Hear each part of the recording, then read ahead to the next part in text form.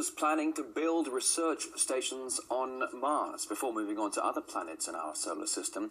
These are the ideas guiding the nation's space program in the years to come. Let's get some details on this now and speak to artist Peter Oliver, now joining us on the program. Peter, hello to you. Certainly sounding like an ambitious project. Well, it is indeed. Roscosmos, the Russian space agency, laying out their plan for the next 18 years that will take us up to the year 2030. Now, we're going to see an unmanned network of research facilities on the surface of Mars. Now, they will be there to gather as much information as they can and send it back here to Earth, hopefully being one of the first steps towards mankind being able to set up a base on Mars. Now, we saw Russia leading the way in Martian exploration with the Mars 500 project. They said that was a step towards the first step. Perhaps this establishment of a network of facilities on the surface really is that true next step to being able to explore the red planet. Now, there'll also be missions to Venus and to Jupiter, and we're hearing that we could see a manned mission to the moon. So all of this by the year 2030 is certainly very ambitious, but certainly very exciting projects. So, Peter, what about the current missions, though? How do they actually fit into this new strategy?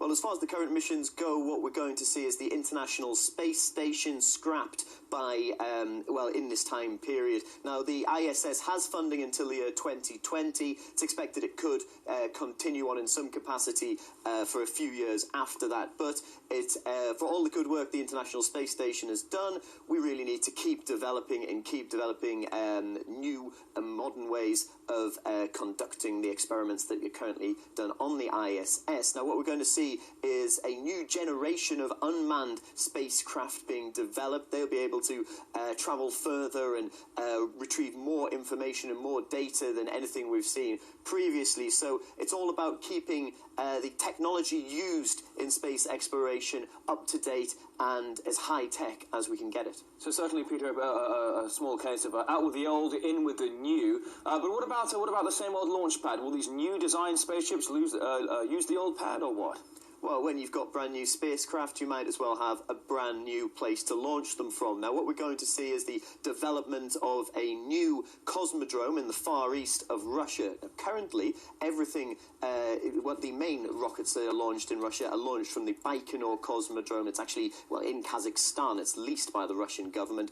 And they use the same launch pad as, what Yuri Gagarin used to be on his first flight as the first man in space. So it's certainly served its time, and the development of this new this new cosmodrome, will be keeping up with the development of the new technology that will be launched from there. And of course, to carry all this out, we need a budget. Now, the Roscosmos have said that they will have $6.5 billion a year in order to put in place these ambitious projects. Well, Peter, it's all very exciting news you're telling us here, but if indeed the Russian cosmonauts do make it to Mars, and if they come face-to-face with little green men, what do you think mankind's first ever greeting gift of the ET should be? Should it be some Russian vodka and caviar, perhaps? I have absolutely no idea. If it was me, I think I'd be, more terrified than wanting to greet them. But, as I say, it's one of those that we'll have to keep an eye on. I'm sure that if they do put this network of research facilities in place, and they do discover that there are, as you say, little green men up there on Mars, then they'll have something in place for when humans eventually arrive there. Well, of course, if they don't like caviar and they don't like vodka, perhaps we could spark an interstellar war. Peter Oliver, thank you.